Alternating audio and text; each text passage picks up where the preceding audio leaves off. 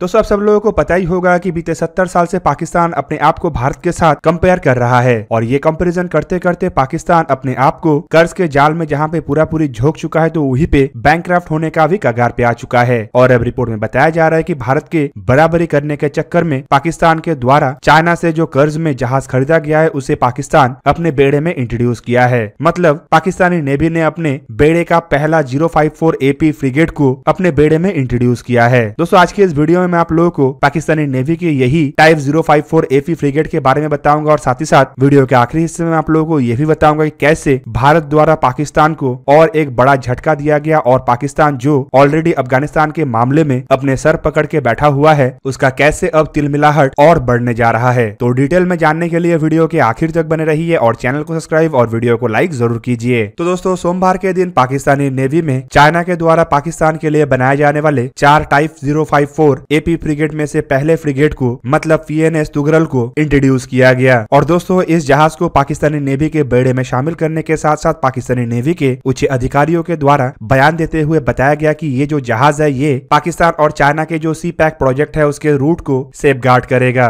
दोस्तों, जब पाकिस्तान को इस जहाज की डिलीवरी किया गया था तब पाकिस्तान के लिए इन जहाजों को निर्माण करने वाले शिपयार्ड मतलब China state ship building corporation की तरफ से बयान देते हुए बताया गया था कि असल में ये जहाज के लिए पाकिस्तान और चाइना के बीच में जून साल 2018 में समझौता हुआ। समझौते के तहत पहले जहाज के हल को शंघाई में अगस्त 2020 में लॉन्च किया गया, जबकि पहले जहाज को पाकिस्तानी नेवी को नवंबर 2021 में डिलीवर किया गया था। दोस्तों, ये अब तक के चाइना के द्वारा किसी भी देश को एक्सपोर्ट किया गया सबसे बड़े और सबसे एडवांस सरफेस शिप है, जबकि पाकिस्तानी नेवी का भी ये सबसे बड़े और सबसे आधुनिक जहाज है। जबकि इसके अलावा पाकिस्तान और चाइना के बीच में हुए ऐसे कुछ और भी नेवल इक्विपमेंटों के डील और कुछ होने वाले इक्विपमेंटों के डील में F-22P फ्रिगेट, Z-9 हेलीकॉप्टर, सर्वे वेसल PNS, बेहर मसाही, अजमत क्लास के fast attack craft, Hangor class के सबमरीन भी शामिल है। इवन दोस्तों, पाकिस्तानी नेवी के उच्च अधिकारी के द्वारा पिछले साल ग्लोबल टाइम्स को एक एक्सक्लूसिव इंटरव्यू देते हुए बताया गया था कि पाकिस्तान और चाइना के बीच में कई तरीके के हथियारों के डील को लेकर काम किया जा रहा है, जिनमें 8 हंगोर क्लास के सबमरीनों के कंस्ट्रक्शन भी पाकिस्तान के लिए चाइना कर रहा है और इसके अलावा 4 टाइप 054 AP फ्रिगेट और medium altitude long endurance unmanned combat aerial vehicle भी शामिल है। पर दोस्तों, आपके जान के हैरानी होगा कि इस एक जहाज को पाकिस्तानी नेवी में शामिल करने के साथ साथ पाकिस्तानी नेवी अब सपना देख रहा है कि वो ब्लू वाटर नेवी बनने जा रहा है, क्योंकि इसी रिगार्डिंग जब जहाज को पाकिस्तानी नेवी के बेड़े में शामिल किया जा रहा था तब पाकिस्तान के प्रेसिडेंट अलवी के तरफ से सेरेमनी में बयान दिया गया कि ये जो जहाज है ये खाली पाकिस्तानी नेवी के ताकत को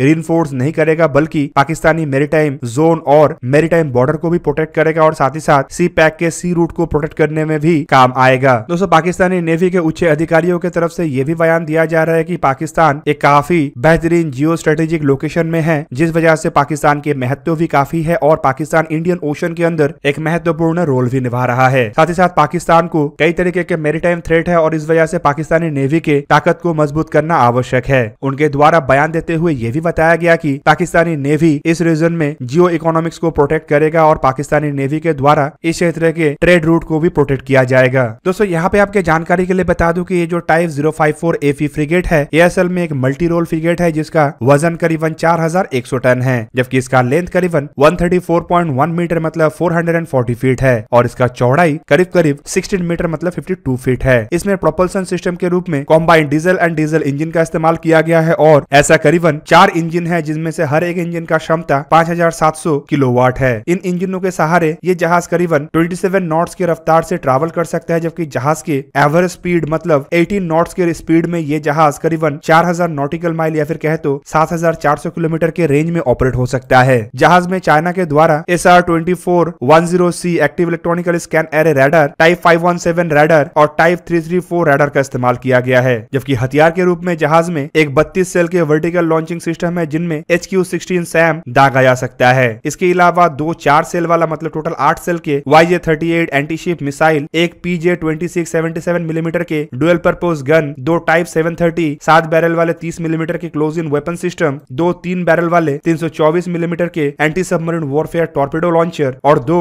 एंटी सबमरीन रॉकेट भी है। इसके अलावा इसमें 18 ट्यूब वाले 2 डेकॉय रॉकेट भी है और एक Z-9 हेलीकॉप्टर भी इसके डेक में ऑपरेट हो सकता है। दोस्तों, एक तरफ जहां पे पाकिस्तानी नेवी अपने बेड़े में टाइप 054 AP फ्रिगेट को शामिल करके ब्लू वाटर नेवी बनने का सपना देख रहा है तो वहीं पे दूसरे तरफ भारत के द्वारा पाकिस्तान पाकिस्तान को एक बहुत बड़ा झटका दिया गया। असल में ये झटका तो अफगानिस्तान के मामले को लेके है, जबकि दूसरी तरफ ये भारत के लिए भविष्य में एक सुनहरा मौका बन सकता है, क्योंकि भारत अब अफगानिस्तान को राहत पहुंचाने के लिए पाकिस्तान के रूट को बाईपास करते हुए ईरान का इस्तेमाल करते हुए तीसरा राहत और सामग्री के शिपमेंट को भेज रहा है। बेसिकली इससे ईरान में बने हुए चाबहार पोर्ट भी एक्टिवेट रहेगा और साथ ही साथ पाकिस्तान जो ग्वादर पोर्ट को बनाने का सपना देख रहा है उसे भी तोड़ना आसान होगा और अफगानिस्तान के लोगों के लिए राहत सामग्री भी पहुंचेगा, जो कि पाकिस्तान के द्वारा एक तरीके से ब्लॉक करके रखा हुआ है। दोस्तों, आप सब लोगों को पता ही होगा कि अफगानिस्तान में पाकिस्तान के द्वारा किस तरीके से समर्थन देके तालिबान की सरकार का गठन किया गया, जबकि अब यही डिसीजन पाकिस्तान के लिए सरदर्द बना हुआ है। तो वहीं पे तालिबान के राज आने के बाद एक तरीके से अफगानिस्तान के अंदर फूड क्राइसिस भी है। वहाँ के लोगों को आवश्यक खाद्य वस्तु का सप्लाई नहीं हो रहा है और इस वजह से कई तरीके के अन्य मुश्किलों का सामना भी वहाँ के लोगों को करना पड़ रहा है। भारत अफगानिस्तान के लोगों के राहत के लिए राहत सामग्री और खाद्य वस्तु भी भेजना चाहता है, लेकिन पाकिस्तान नहीं चाहता है कि भारत अफगानिस्तान के मदद में आगे आए। बेसिकली पाकिस्तान के द्वारा भारत के सप्लाई के लिए रूट नहीं दिया जा रहा है या फिर भारत को अफगानिस्तान तक रसद नहीं पहुंचाया दिया जा रहा है। पर भारत का यह मुश्किल अब भारत द्वारा दूर कर लिया गया है, क्योंकि भारत ने अपने पश्चिमी तट में स्थित नहावा शिवा और कांडला पोर्ट से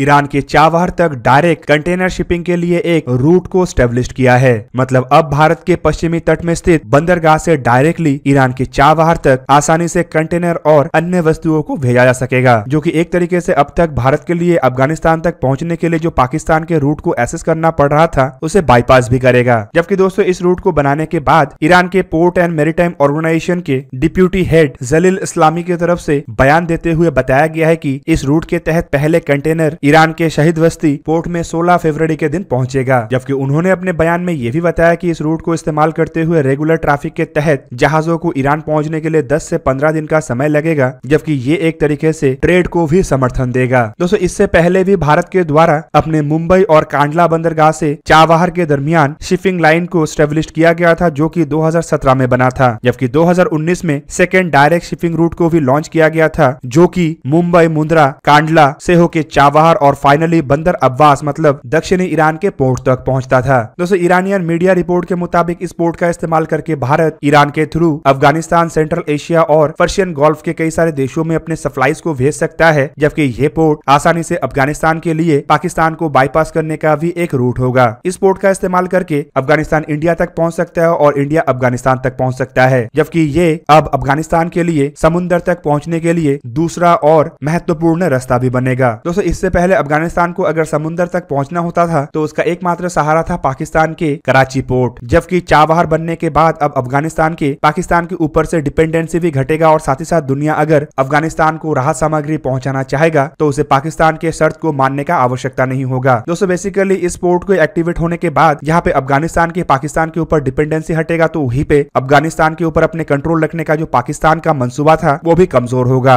इवन पाकिस्तान नहीं चाहता है कि अफगानिस्तान के पब्लिक के लिए भारत के द्वारा कोई बेहतर काम किया जाए, या फिर पाकिस्तान नहीं चाहता है कि अफगानिस्तान के पुनर्गठन में भारत कोई भूमिका निभाए। इवन ये भी कहना सही होगा कि पाकिस्तान नहीं चाहता है कि अफगानिस्तान एक इंडिपेंडेंट राष्ट्र रहे और ना ही ये चाहता है कि अफगानिस्तान का हालत सुधरे। पर चाबहार पोर्ट बनने के बाद पाकिस्तान के ये मंसूबा ध्वस्त होगा और अफगानिस्तान अल्टरनेटिव रूट के तहत दुनिया के अन्य क्षेत्रों के साथ कनेक्ट हो पाएगा और साथ ही साथ अफगानिस्तान के लोगों के लिए राहत सामग्री को भी पहुंचाना आसान होगा। तो दोस्तों, ये था आज का वीडियो। अगर आपको वीडियो अच्छा लगा तो उसे लाइक कीजिए और मेरे चैनल को सब्सक्राइब कीजिए और साथ में बना हुआ बेल आइकन को भी प्रेस कर दीजिए ताकि आप मेरा वीडियो देख पाए सबसे पहले। जय हिंद।